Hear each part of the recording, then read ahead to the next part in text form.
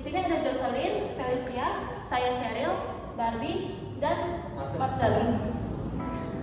Teks eksposisi adalah teks non-fiksi yang bertujuan menjelaskan, memaparkan, atau menginformasikan suatu topik secara lugas, jelas, dan akurat, berdasarkan fakta serta data objektif, tanpa bermaksud mempengaruhi pembaca.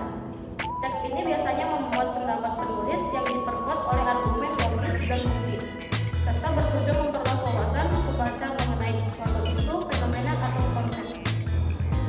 Struktur teks eksposisi terdiri dari 3 bagian, yaitu pertama, tesis atau pernyataan pendapat.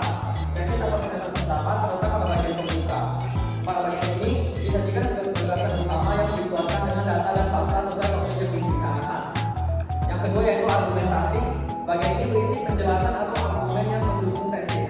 Argumentasi umumnya berupa pernyataan ahli, alasan logis, data hasil temuan yang terjadi berkaitan dengan masalah yang dipaparkan. Dan yang terakhir, penegasan ulang. Bagian ini merupakan penegasan kembali yang bertujuan menguatkan pendapat hasil yang disampaikan. Penegasan ulang bisa juga berisi tentang rekomendasi atau saran dari permasalahan yang dibicarakan. Pernyataan pendapat, usaha mikro kecil dan menengah (UMKM) merupakan instrumen yang penting dalam perekonomian Indonesia yang memiliki peran signifikan dalam pertumbuhan ekonomi nasional. UMKM banyak tumbuh dan berkembang pesat, baik di perkotaan maupun pedesaan, menyerap tenaga kerja dan menyokong perekonomian daerah. Selain itu, UMKM juga bertindak sebagai sarana untuk mengentas kemiskinan, membuka peluang bagi masyarakat kecil, dan memiliki potensi untuk meningkatkan devisa negara melalui pasar nasional hingga internasional. Pernyataan tersebut disebut pernyataan pendapat atau tesis karena berfungsi sebagai pengantar, menegaskan posisi, dan mengemukakan ide utama tentang peran UMKM dalam perekonomian Indonesia. Lalu struktur dan teks eksposisi yang kedua yaitu argumentasi. Nah, bagiannya yaitu UMKM menjadi tulang punggung ekonomi Indonesia karena cakupan dan jangkauannya yang luas.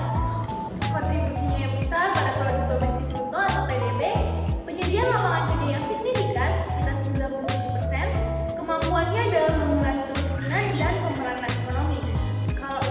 Skala usaha yang relatif kecil namun tersebar di berbagai sektor seperti pertanian, perdagangan, dan jasa membuat UMKM mampu menjangkau masyarakat bawah.